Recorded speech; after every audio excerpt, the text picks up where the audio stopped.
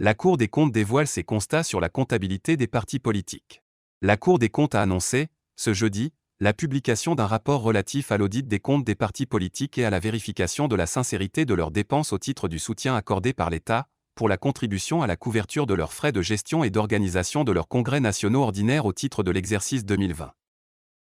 Audit des comptes des partis politiques et la vérification de la sincérité de leurs dépenses ont permis de relever plusieurs observations, indique la Cour des comptes dans un communiqué. En ce qui concerne la production des comptes annuels, 30 partis sur 34 ont produit leurs comptes à la Cour, dont 25 certifiés sans réserve, 2 avec réserve et un compte ayant fait l'objet d'un rapport d'experts comptables non conforme à la norme appliquée. Quant à 2 comptes, ils n'ont pas été accompagnés du rapport de certification.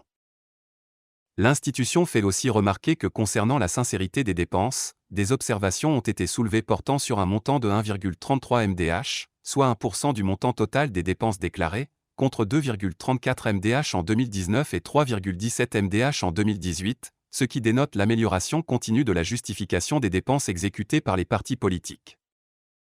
La Cour des comptes souligne également que ces observations ont concerné des dépenses non appuyées par des pièces justificatives, 929 709,20 DH, des dépenses appuyées par des pièces justificatives insuffisantes, 54 728,50 DH, et des dépenses justifiées par des pièces non libellées au nom du parti, 344 243,64 DH.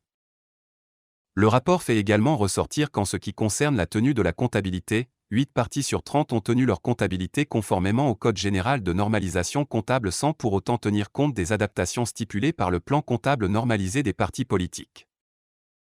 De même, 9 partis sur 30 n'ont pas tenu leur comptabilité dans le respect de certains principes et règles comptables prévus par le dit plan comptable, notamment le principe de la clarté et les règles de l'exhaustivité et d'intangibilité du bilan. Concernant la restitution au Trésor public des montants du soutien public non justifié, 20 partis politiques ont procédé, conformément au texte législatif et réglementaire en vigueur, à la restitution au Trésor public d'un montant global du soutien public non justifié de 7,09 MDH en 2020 et 7,34 MDH en 2021. Toutefois, un montant de 7,76 MDH n'a pas été restitué.